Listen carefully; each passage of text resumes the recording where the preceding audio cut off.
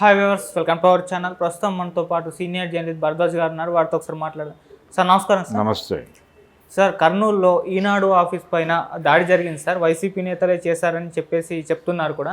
మొన్న కూడా మరి జగన్మోహన్ రెడ్డి గారి రాప్తాడు సభలో ఒక ఏబిఎన్ జర్నలిస్ట్ పైన వైసీపీ నేతలంతా కూడా కుమ్మక్కై ఆయన పైన దాడి చేయడం చూసాం. సో ఇప్పుడు ఈ దాడులు వెనుక అసలు రీజన్ ఏంటి? ఎందుకు ఈ విధంగా దాడులు జరుగుతున్నాయి? అటేమో ప్రతిపక్షాల నుంచి చంద్రబాబు గారు, పవన్ కళ్యాణ్ గారు, లోకేష్ గారు తీవ్ర విమర్శలు అయితే చేయడం చూస్తున్నాం. మీరేం చెప్తారు సార్ ఈ దాడుల గురించి?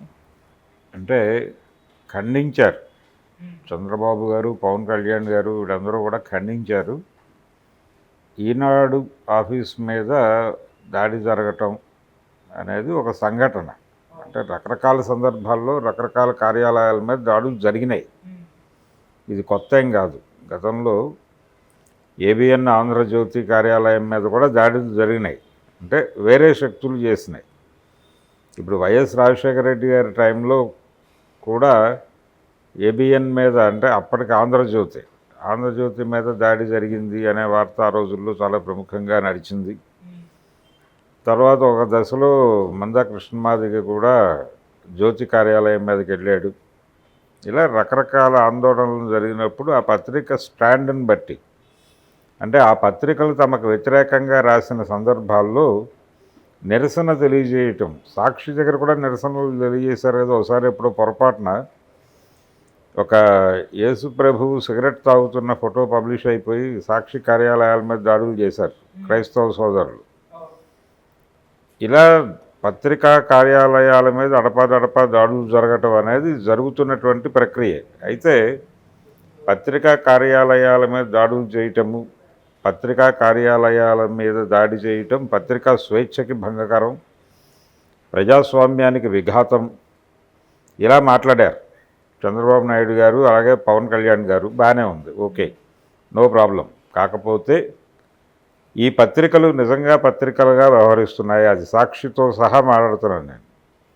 ఈ రోజున ప్రచారంలో ఉన్నటువంటి పత్రికలు, అది ఈనాడు కావచ్చు, ఆంధ్రజ్యోతి కావచ్చు, సాక్షి కావచ్చు, మరో పేపర్ కావచ్చు, సర్క్యులేషన్లో ఉన్నటువంటి పేపర్లన్నీ నిజంగా పత్రికా విలువలు, ప్రజాస్వామిక విలువలు వీటిని పాటిస్తున్నాయా ఆచరణలు అంటే లేదు అనే విషయం ఎవరూ చెప్పక్కర్లేదు. ప్రతి ఒక్కరికి తెలిసిన విషయమే.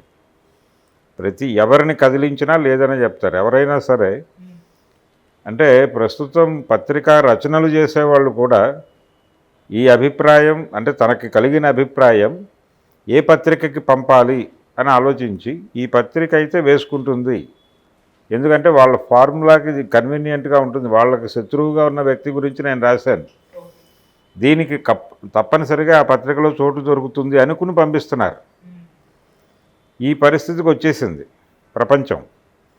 సాక్షి అంటే వైసీపీ పత్రిక, ఈనాడు అంటే వైసీపీ వ్యతిరేక పత్రిక. పూర్తి టీడీపీ పత్రిక అని కూడా చెప్పలేం. వైసీపీ వ్యతిరేక పత్రిక. రామోజీరావు గారికి ఆయనకుండే ఐక్య సంఘటన, ఆయనకుండేటువంటి రాజకీయ వ్యూహాలు ఆయనకున్నాయి, అది వేరు ఆ గొడవ. ఆంధ్రజ్యోతి తెలుగుదేశాన్ని గైడ్ చేస్తున్నటువంటి టార్చ్ బేరర్గా వ్యవహరిస్తున్నాను నేను అనుకుంటూ ఉంటాడు ఆయన. తెలుగుదేశం పార్టీకి క్రాంతదర్శిని నేనే అని ఏబిఎన్ రాధాకృష్ణ గారి అభిప్రాయం, అదే చేస్తూ ఉంటాడు ఆయన. బీజేపీతో పొత్తు పెట్టుకోవాలా వద్దా ఈయన సలహా చెప్తాడు.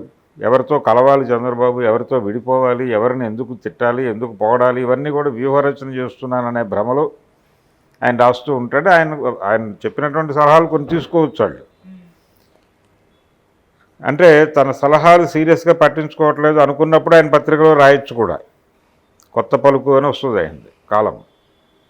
అది విజువల్ ఫామ్లోనూ రాతపూర్వకంగా కూడా పత్రికలో వస్తుంది, అలాగే ఛానల్లో కూడా టెలికాస్ట్ అవుతుంది. తన అభిప్రాయానికి అవతల గౌరవం దొరకనప్పుడు ప్రజల నుంచి మద్దతు కూడగట్టడం కోసం కూడా ఈయన ఇలా రచనా రూపంలోనూ వీడియో రూపంలోనూ ప్రజల్లోకి పంపు చేయొచ్చు అని కూడా చాలామంది అభిప్రాయం, నా అభిప్రాయం కూడా.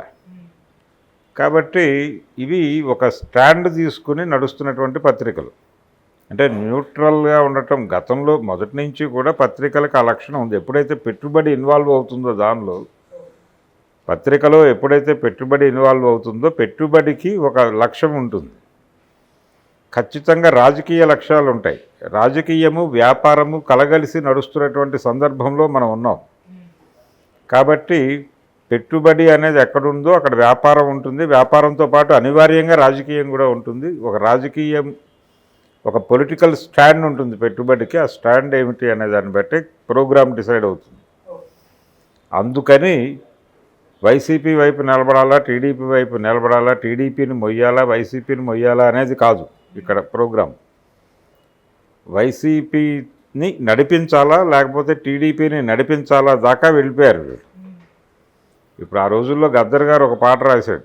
ఎన్టీ రామారావు గారు ముఖ్యమంత్రి అయిన రోజే, 83 జనవరిలో ఆయన ముఖ్యమంత్రి అయిన రోజే, ఎంటోడు ఎంటోడు ఎంటోడు ఎన్నికల్లో గెలిచిండు సంటోడు అని ఒక పాట రాశాడు.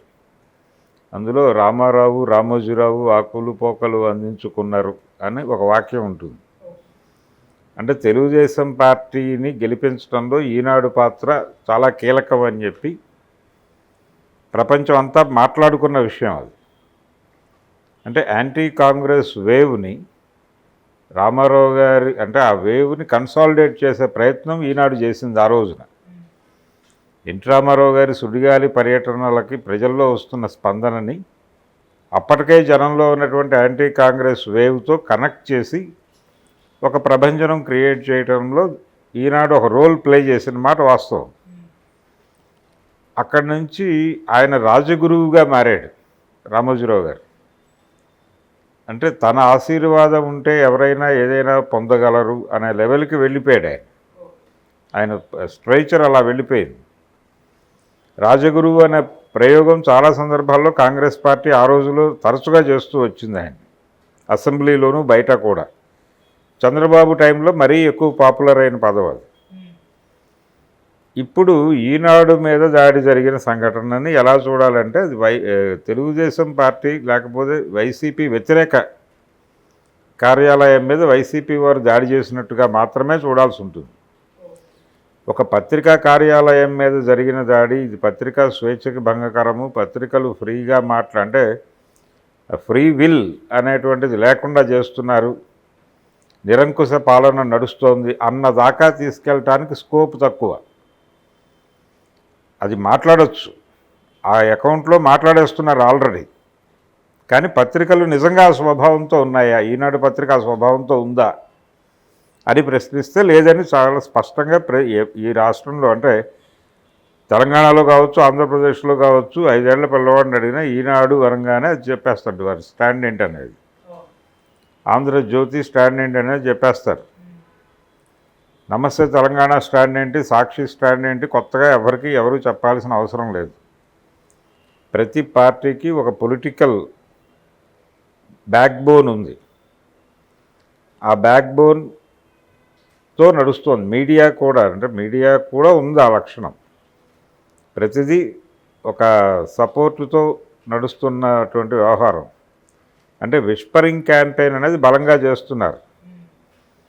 విస్పరింగ్ క్యాంపెయిన్ అంటే పుకారు యుద్ధము, పుకారులు క్రియేట్ చేసి యుద్ధం చేయటం అనే కార్యక్రమం పత్రికల ద్వారాను మీడియా ద్వారానే బలంగా చేయగలం. కాబట్టి వీటిని తమ కంట్రోల్లో పెట్టుకునే ప్రయత్నం అన్ని పార్టీలు చేస్తున్నాయి. కేటీఆర్ గారు మొన్న ఎన్నికల ఓటమి తర్వాత ఇంకో 10 యూట్యూబ్ ఛానళ్ళు పెడితే సరిపోయేది, మేము అనవసరంగా చాలా అభివృద్ధి పనులు చేసాం, ఇక్కడ సెక్రటేరియట్ కట్టకపోయినా మేము గెలిచేవాళ్ళం, ఇంకో 20 యూట్యూబ్ ఛానల్స్ పెట్టుంటే ఈ పద్ధతిలో మాట్లాడాడు. అంటే కాంగ్రెస్ పార్టీ గెలుపుకి యూట్యూబ్ సహకారం చాలా ఎక్కువ, షేర్ ఇచ్చి మాట్లాడినట్టే కదా. అంటే పుకారు యుద్ధం చేయటానికి ఇవన్నీ అద్భుతంగా ఉపయోగపడతాయనేది ఆయన కాంటెక్స్ట్. అలాంటి పుకారు యుద్ధం మాతో చేశారు అనేది ఆయన అభిప్రాయం. దాదాపుగా ఈనాడు చేస్తున్న పని కూడా అదే, పుకారు యుద్ధం చేస్తోంది. జగన్కి వ్యతిరేకంగా చేస్తున్నటువంటి ఈ యుద్ధంలో లబ్ధిదారుడు చంద్రబాబు అవుతాడు, లేకపోతే పవన్ కళ్యాణ్ అవుతాడు. ఇప్పుడు ఈ లబ్ధిదారులు స్పందించబోతే ఎలాగా ఈ దాడి గురించి? అందుకని పత్రికా స్వేచ్ఛ మీద పత్రికా రకరకాలుగా అంటే ఒక రకంగా పత్రికల మీద జరుగుతోంది అంటే ఇది ఖచ్చితంగా నియంతృత్వ స్వభావము, ఇది హిట్లర్ రాజ్యము, ఈ టైపులో ఒక సీన్ క్రియేట్ చేసే ప్రయత్నం బలంగా చేస్తున్నారు. కానీ ఆ పత్రిక స్వభావం ఏమిటి? ఆ పత్రిక నిజంగానే పాత్రికేయ విలువలకి లేకపోతే పత్రిక విలువలకి కట్టుబడి ఉందా? అంటే లేదనే సమాధానమే వస్తుంది. లేని దాని మీద అది ఏ రోల్ ప్లే చేస్తుందో ఆ రోల్ తాలూకా ఇన్ఫ్లుయెన్స్ వస్తుంది దాని మీదకి. అదే వచ్చింది. మొన్న ఆంధ్రజ్యోతి రిపోర్టర్ మీద దాడి కూడా ఇదే కాంటెక్స్ట్లో జరిగిన దాడే అది. అంటే ఎక్కడ దాకా వెళ్ళిపోయింది ఈ వైషమ్యం. ఆంధ్రజ్యోతి వేయించుకుంటున్న ఇంటి పట్ల ఒక ప్రత్యేక దృష్టి కలిగి ఉండాలని వైసీపీ వాళ్ళు అనుకునే లెవెల్కి అది తెలుగుదేశం పత్రికగా ప్రపంచంలో వెళ్ళిపోయింది. ఈనాడు పరిస్థితి కూడా అదే. వాళ్ళు మనం ఆ ఇంటికి వెళ్ళక్కర్లేదండి, వాళ్ళు ఈనాడు వేయించుకుంటారు అని కార్యకర్తలు మాట్లాడేసుకుంటున్నారు, వైసీపీ కార్యకర్తలు. అది పరిస్థితి. అలాగే వాళ్ళు ఆ 3 ఏళ్లలోనూ సాక్షి పడుతుంది. అంటే వాళ్ళు మనకు శత్రువులు అని టీడీపీ వాళ్ళు అనుకుంటూ ఈ మాట వాడుతున్నారు. ఆ గుర్తుగా పత్రికలు మారినాయి. ఆ గుర్తుగా పత్రికలు ఎప్పుడైతే మారినాయో ఇది చెదిరిపోయింది, మీ పునాదులు లేచిపోయినాయి. కాబట్టి ఎవరైనా ఎలాగైనా దాడి చేస్తారు. అందులో భాగంగానే ఆంధ్రజ్యోతి రిపోర్టర్కి అలాగే వైసీపీకి ఘర్షణ జరగడానికి అక్కడ రకరకాల కారణాలు. వీళ్ళు ఫోటోలు తీసే పద్ధతిలో ఇదేదో ఇబ్బందికరమైనటువంటి వార్త రాయటానికి సహకరిస్తూ ఈ ఫోటోగ్రాఫులు తీస్తున్నాడు ఈ కుర్రాడు అనే అభిప్రాయం కలిగి ఉండొచ్చు వాళ్ళకి. కలిగి ఆ చర్చ కొంచెం వాగ్వాదానికి దారితీసి చేసుకునేదాకా వెళ్ళారు. వాళ్ళు చేసుకోవడం తప్పే కానీ అక్కడ ప్రజెన్స్ని బట్టి కొంత టెన్షన్ దానంతా అదే ఉద్భవిస్తుంది. ఆ ఉద్భవించినటువంటి టెన్షన్లో నుంచి జరిగినటువంటి రగడ అది. ఈనాడు మీద జరిగిన దాడి కూడా ఆల్మోస్ట్ అలాంటిదే. జరుగుతాయి, ఇది సహజంగా మారిపోయినటువంటి సందర్భం. పార్టీ కార్యాలయాల మీద దాడులు జరుగుతున్నాయి, అందులో భాగంగానే జరిగింది తప్ప ఇదేదో పత్రికా స్వేచ్ఛకి భంగం జరిగిపోతుంది, ప్రమాదం వాటిల్లుతోంది, ఫ్రీ విల్ అనేది చచ్చిపోతోంది అని ఆవేదన పడాల్సిన అవసరం లేదు. దీన్ని ప్రజాస్వామ్య కోణంలో పరిశీలించి ఆవేదన చెందాల్సినటువంటి అవసరం అంతకంటే లేదు.